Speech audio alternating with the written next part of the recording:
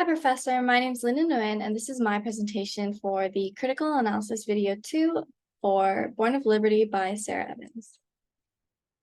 So starting off with the first question, what did Europeans think about female bodies and their mental state?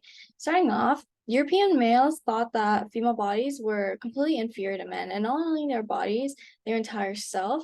So they thought that a woman's body, all the anatomical aspects, were disorderly, sexual, and lusty, and that is very degrading to the woman. And they also thought that because a woman's privates were cold and wet, that women were actually very deceptive people, and because that contrasted from how men were, the fact that they were dry and hot and imposing.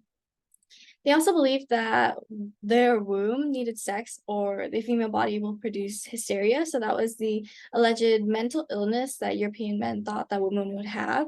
So when women were without pleasure, their intellect would crash and they were considered ill or hysteric. And in websites that I researched at, it also showed that the way to cure that female hysteria was to get clitoral stimulation. That further supports the claim that female mental states or female hysteria were very connected to how much sexual pleasure they got. And if we look over at the quotes that I received from the book, it showed how women were deceptive, how they were very much inferior to the distinguished sex of men, and how a woman's intellect was at the mercy of her lower half. So she was considered witchcraft or excessive other things if she was not pleasured. And the images on the right show that women who were massaged or pleasured would be cured from the hysteria. The second question is, what was considered women's work or roles in the community in colonial America? Here are some of the roles that went through, and I got this from a lady who wrote about her life in colonial America in the textbook.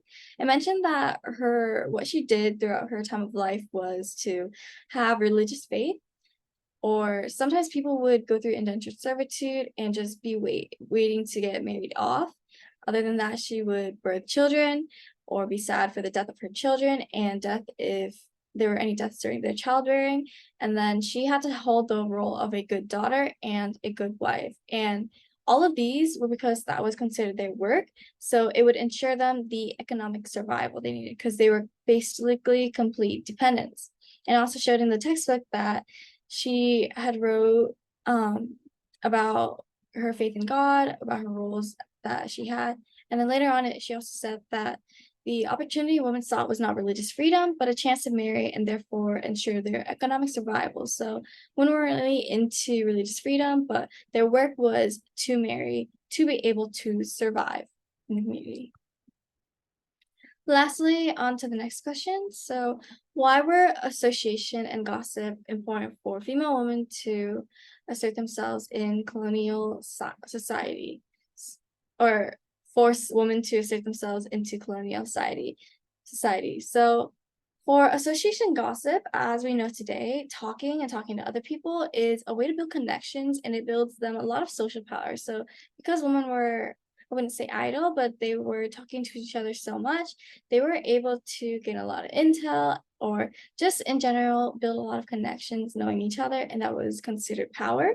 And again, the connections had allowed them to build power and it further helped them in any case they needed. So another quote I found was middling farm families allowed women to buy goods. So as a result of their connections, it allowed women to build their power, and when they needed it to build those businesses in colonial America, they had the access to whatever they needed from in order to create those companies and the goods they wanted.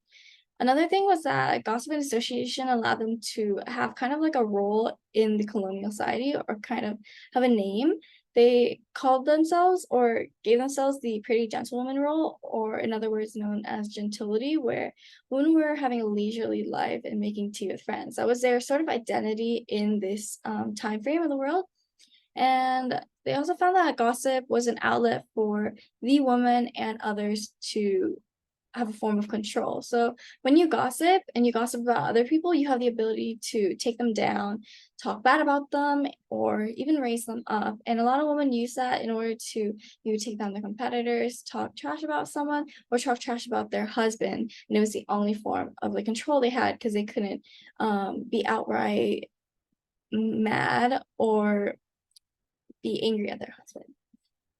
And I found some of the quotes for Hartman's quote of gossip allowing that degree of control, and it's linked at the bottom. And on the right are pictures of the women socializing. And thank you for listening to my presentation. That concludes it.